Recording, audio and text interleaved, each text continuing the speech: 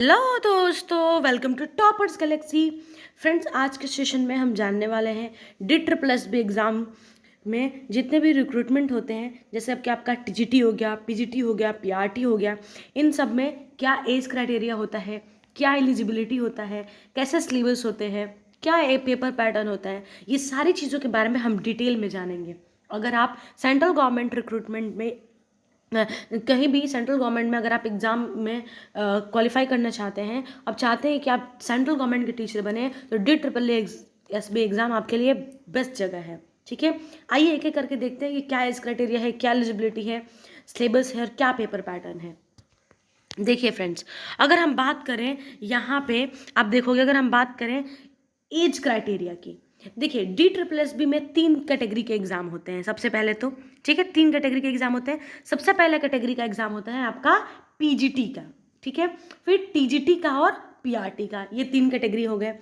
अगर हम बात करें सिर्फ पीजीटी का, तो पीजीटी में यहाँ पे खास बात है कि अगर हम बात करें एज की, ठीक है, तो एज में पीजीटी में 40 इयर्स तक के कैंडिडेट जो है वो एलिजिबल होते हैं। ठीक है, बाकी आपके इसमें भी क्राइटेरिया होता है, ठीक है, कि जैसे फीमेल्स है, फीमेल्स को 10 ईयर ऑफ एज रिलैक्सेशन मिलता है, यानी कि 40 तक वो दे सकती हैं।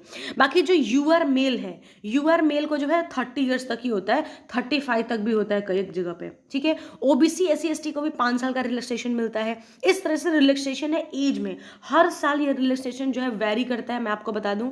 ठीक है, हर साल एज रिलैक्सेशन वेरी करता है। आपको हर साल के नोटिफिकेशन में उस साल की एज रिलैक्सेशन देखनी पड़ेगी जब रिक्रूटमेंट आती है तो। ठीक है, अगर हम बात करें पीजीटी के एलिजिबिलिटी क्राइटेरिया की, तो पीजीटी का एलिजिबिलिटी क्राइटेरिया बहुत आसान है।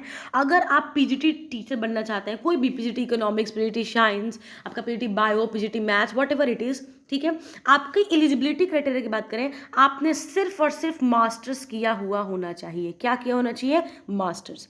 अगर आपने मास्टर्स किया है, अगर आपका बीएड, मैं आपको बात बता दूं, अगर आपका बीएड नहीं हुआ है और सिर्फ आपका मास्टर्स है, फिर भी आप एलिजिबल है पीजीटी के लिए। DIIT+B में हर जगह ये फ़ायदा और ये अपॉर्चुनिटी आपको नहीं मिलती है और कई लोगों को ये बात पता भी नहीं होता है। ठीक है, इसलिए मैं आपको बता दूं कि अगर आप पीजीटी का एग्जाम देना चाहते हैं, अगर आपका बीएड नहीं है, तो DIIT+B पीजीटी आपके लिए जो है बेस्ट ऑप्शन है। DIIT+B पीजीटी कहता है कि अगर आपने सिर्फ और सिर्फ मास्टर्स है, अगर मास्टर्स के बेसिस पे भी जो है अगर आपने एग्जाम क्लियर कर लिया, तो आपको 3 साल का जो है टाइम मिलता है बीएड करने के लिए। आप 3 सालों में बीएड कर लीजिए, आपकी जॉब कंटिन्यू रहेगी। और बाकी केवीएस, एनवीएस या फिर कोई भी जो है पीजीटी के एग्जाम के लिए हर जगह बीएड एलिजिबल होता है, एक्सेप्ट DIIT+B। तो ये बहुत ही अच्छी बात है DIIT+B का यहाँ पे पीजीटी के लिए। ठीक है, अगर हम सिलेबस की बात करें, तो सिलेबस के हिसाब से देखो कि DIIT+B में जो है टोटल आप देखोगे ओवरऑल, तो ओवरऑल DIIT+B में जो है आपका जो है 300 का एग्जाम होता है। कितने का एग्जाम होता है? 300 का एग्जाम होता है। 300 में से आपका जो 100 मार्क है, ठीक है, ये 100 मार्क आपका जनरल पेपर होता है और बाकी का जो 200 मार्क बच जाता है, ये 200 मार्क आपका जो है सब्जेक्ट रिलेटेड होता है। ठीक है, ऐसे करके 300 मार्क का बनता है और बाकी आपके जो भी पेपर, इसका जो भी कट ऑफ होती है, कट ऑफ के हिसाब से आपका जो है रिजल्ट लगता है। एग्जाम पैटर्न की बात बता दें, तो एग्जाम जो सिलेबस ऑलरेडी मैंने डिस्कस किया हुआ है, डिटेल में मैंने सिलेबस डिस्कस किया हुआ है, वो आप जो है देख सकते हैं हमारे चैनल पे जाके। ठीक है, हम बात करते हैं टीजीटी की। तो टीजीटी की अगर हम एज क्राइटेरिया की बात करें, थोड़ा सा कम होता है। यहाँ पे भी हर साल एज क्राइटेरिया वेरी करता रहता है, पर 30 ईयर्स तक होता है आपका, है ना, एज क्राइटेरिया। बाकी कोई अगर आप कैटेगरी से बिलोंग करते हैं तो वो मिला के 40 हो जाता है, जैसे वुमेन्स का। बाकी आप SC ST 5 year of age relaxation मिलता है, इसका भी हर साल वेरी करता है, जैसे मैंने आपको पीजीटी के बताया। एलिजिबिलिटी की बात करें, तो इसमें जो है देखिए, इसमें आपका जो है ग्रेजुएशन, ठीक है, ग्रेजुएशन के साथ में आपका बीएड और इसके साथ में आपका सीटेड, ये तीनों चीज़ें मांगता है DIIT+B टीजीटी। एक तो आप ग्रेजुएट होने चाहिए, आपका बीएड होना चाहिए और आपका सीटेड क्लियर होना चाहिए। जब आप तीनों चीज़ें हैं तो आप एलिजिबल हो जाएंगे DIIT+B टीजीटी के लिए। ठीक है, एग्जाम पैटर्न की बात करें, इसमें जो है टोटल आपका अगर हम देखें, तो टोटल अगर देखो कि टीजीटी में टोटल 200 मार्क का एग्जाम होता है। कितने का होता है? 200 मार्क का। 200 में जो 100 है ये आपका जनरल पेपर है और बाकी का जो 100 है ये आपका सब्जेक्ट रिलेटेड है। तो ये 200 पे कट ऑफ बनती है किसमें? टीजीटी में। आई बात समझ में फ्रेंड्स। अगर हम एग्जाम पैटर्न की बात करें तो हर साल एग्जाम पैटर्न भी चेंज होता रहता है। देखो अगर कोई टीजीटी और पीटी दोनों के लिए एग्जाम दे रहा है ना, तो अगर जो हम पेपर 1 की बात करते हैं, पेपर 1 का पैटर्न बिल्कुल सेम होता है। मतलब ये जो 100 मार्क है ना, ये दोनों में सेम है, चाहे आप टीजीटी का एग्जाम दो या पीजीटी का एग्जाम दो, ठीक है, सेम क्वेश्चन पूछे जाएंगे। लेकिन जब आप पीजीटी का एग्जाम देते हो तो आपका सब्जेक्ट का वेटेज बढ़ जाता है, और वो सब्जेक्ट का वेटेज 200 मार्क का रहता है पीजीटी में।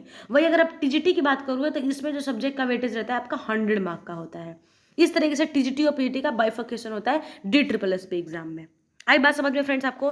पीआरटी का जो है, पीआरटी का मैंने एक वीडियो ऑलरेडी बना रखी है, ठीक है, उसमें आप जाकर देखना, पीआरटी का डिटेल में मैंने बना रखा है, ठीक है। पीआरटी की भी चलो मैं थोड़ा सा आपको बता दूं यहाँ पे रिकैप लेके। पीआरटी की अगर बात करो तो पीआरटी के लिए भी अगर आपका, ठीक है, अगर आपका जो है 12th के बाद अगर आपने कोर्स किया हुआ है, बीएलएड किया हुआ है, ठीक है, डीएड किया हुआ है, तो फिर आप एलिजिबल हैं, ठीक है।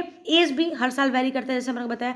इसमें आपका सीटेड पेपर 1, मतलब अगर आपका ग्रेजुएट हो या 12th के बाद भी अपने 4 साल का कोर्स होता है, ठीक है, बीएलएड का, अगर आपने वो किया फिर भी ठीक है। नहीं तो आप ग्रेजुएट के बाद भी अगर आपने डीएड किया हुआ है और साथ में आपका सीटेड का पेपर 1 क्लियर है, तो आप एलिजिबल हैं पीआरटी के लिए, ठीक है। तो ये चीज़ है। एग्जाम पैटर्न भी हर साल चेंज होता रहता है आपके। देखो DSSS भी आपको बताऊँ कभी भी ना पेपर पैटर्न नहीं देता है, एक ये बात है, DSSS भी कभी पेपर पैटर्न नहीं देता।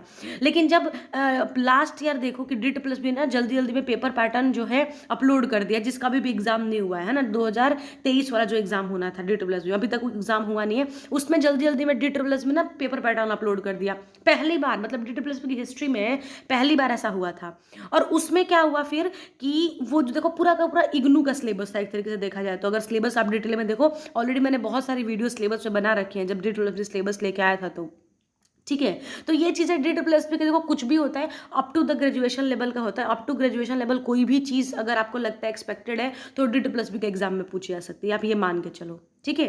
तो इस तरीके से जो है पेपर पैटर्न और बाकी चीज़ें हैं टीजीटी, पीजीटी और पीआरटी का। आई होप फ्रेंड्स आपको समझ में आ गया होगा। फिर भी अगर कोई डाउट है आपको लगता है कि नहीं कोई डाउट है, कोई चीज़ आपको नहीं समझ में आई है, आपकी क्या एलिजिबिलिटी क्राइटेरिया है, इससे रिलेटेड कोई भी डाउट है, कमेंट बॉक्स में कमेंट कीजिए, I definitely reply to you, ठीक है friends. Thank you so much for watching my friends. अगर आपको वीडियो अच्छी लगी हो डेफिनेटली वीडियो को लाइक कीजिएगा और चैनल को सब्सक्राइब कीजिएगा। जब तक आपकी गवर्नमेंट जॉब नहीं लग जाती DSSS भी आपके साथ है, मैं आपके साथ हूँ। आपको डेफिनेटली एक दिन में गवर्नमेंट जॉब दिला के रहूंगी, इसी उम्मीद के साथ आज का सेशन खत्म करते हैं।